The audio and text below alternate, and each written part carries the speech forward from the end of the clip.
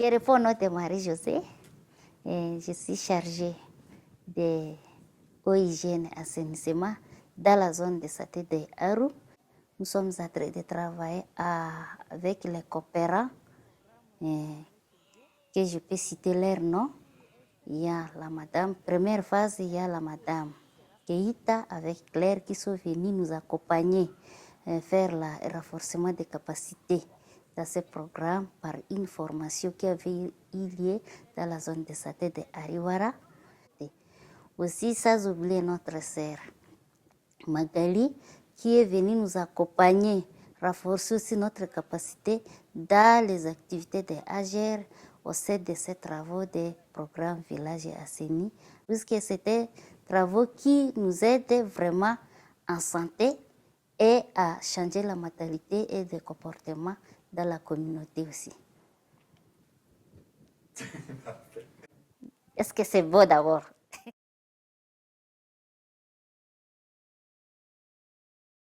Moi, c'est Yaya Yaro, je suis en fait CV et transnational, coordinateur zone Est.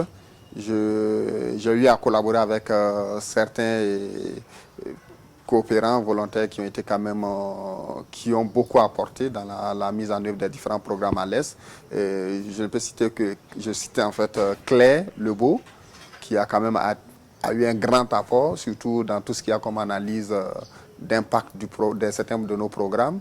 Et je peux aussi citer, plus d'une personne.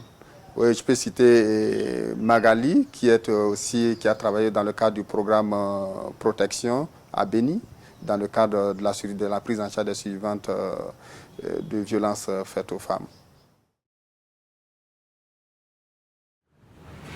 Je m'appelle John Kalombo. Je suis le chef de projet du programme Village École Asseni. L'appui des coopérants volontaires a été très très important dans ce programme. Le premier initiateur avec qui nous avons travaillé, c'est M. Antoine Morin, qui est un coopérant volontaire qui est arrivé ici pour essayer d'accompagner les projets WASH. Et pendant ce temps, moi je n'avais plus un contrat avec Oxfam Québec. Et il m'a sollicité si on pouvait ensemble, étant du domaine de la santé publique, pour rédiger ensemble ce projet. On a travaillé ensemble, et on est parti défendre ce programme à Goma. Et ce programme a été maintenu. Pendant que son contrat est arrivé à la fin, un autre coopérant est venu qui était son remplaçant. Alors nous avons cheminé ensemble avec M. Fabio dans la mise en œuvre de ce programme depuis 2009. Et après M. Fabio, il y a deux volontaires qui nous ont encore appuyés énormément. C'est notamment Claire Lebeau et Yolande Bijotte.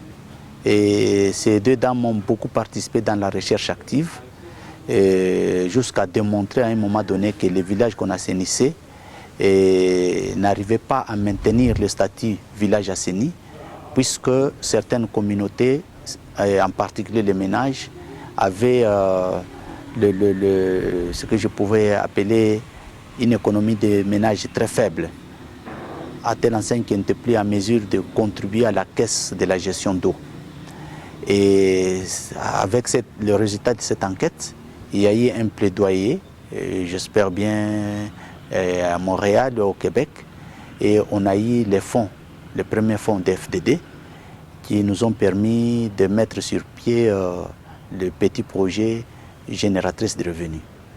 Et ces projets-là ont permis à certains ménages de retrouver une économie familiale et ils ont commencé à contribuer à la caisse de gestion d'eau pour le maintien de sources, pour la pérennisation de tout ce que nous avons laissé comme ouvrage. Donc, et là, je le souligne bien que ces deux dames ont fait un travail très remarquable qui fait que même à ce jour, pour le projet de 2014-2015, nous avons encore eu un fonds d'FDD qui est mis en œuvre pour 20 regroupements de femmes. Je m'appelle Solange Ebouiko. Je travaille au collectif des associations féminines de Beni.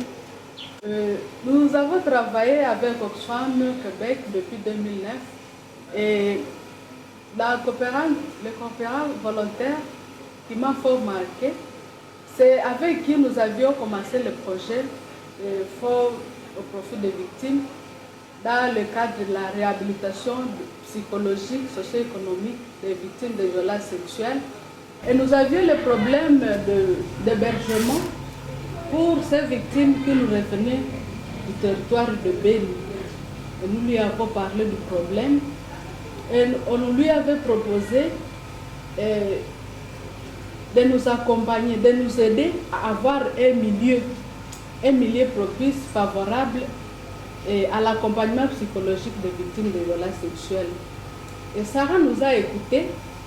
Et voilà qu'aujourd'hui, nous avons maintenant une maison de transit qui vraiment nous aide beaucoup aujourd'hui.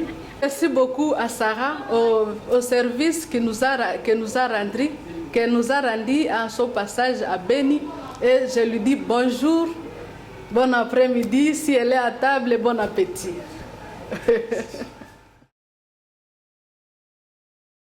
Moi, je suis Mami Bastola, coordinatrice du collectif des associations féminines de Beni au Congo, au Nord Kivu.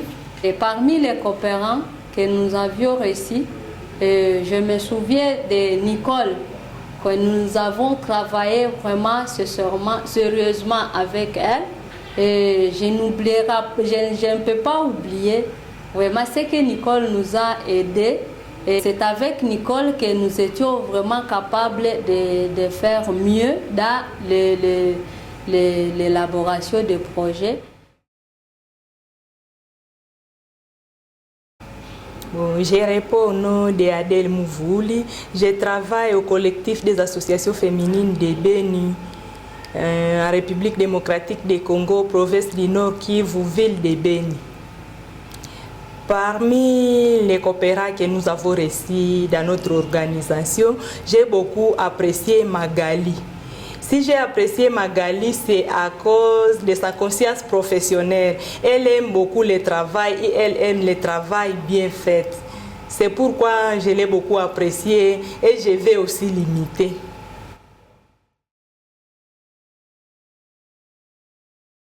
Je m'appelle Kaindo Chantal. Je suis animatrice au sein des collectifs des associations féminines. La personne qui m'avait frappée, c'est Stelcy. Elle nous a montré les types de violences sexuelles et comment nous, les APES, nous pouvons aider nos bénéficiaires à porter des plaintes au sein des tribunaux. Le modèle simple là qui est là, tous les dés là, tous sont là devant nous. Oui, ça nous a beaucoup aidé et nous sommes en train d'appliquer ces procédures-là.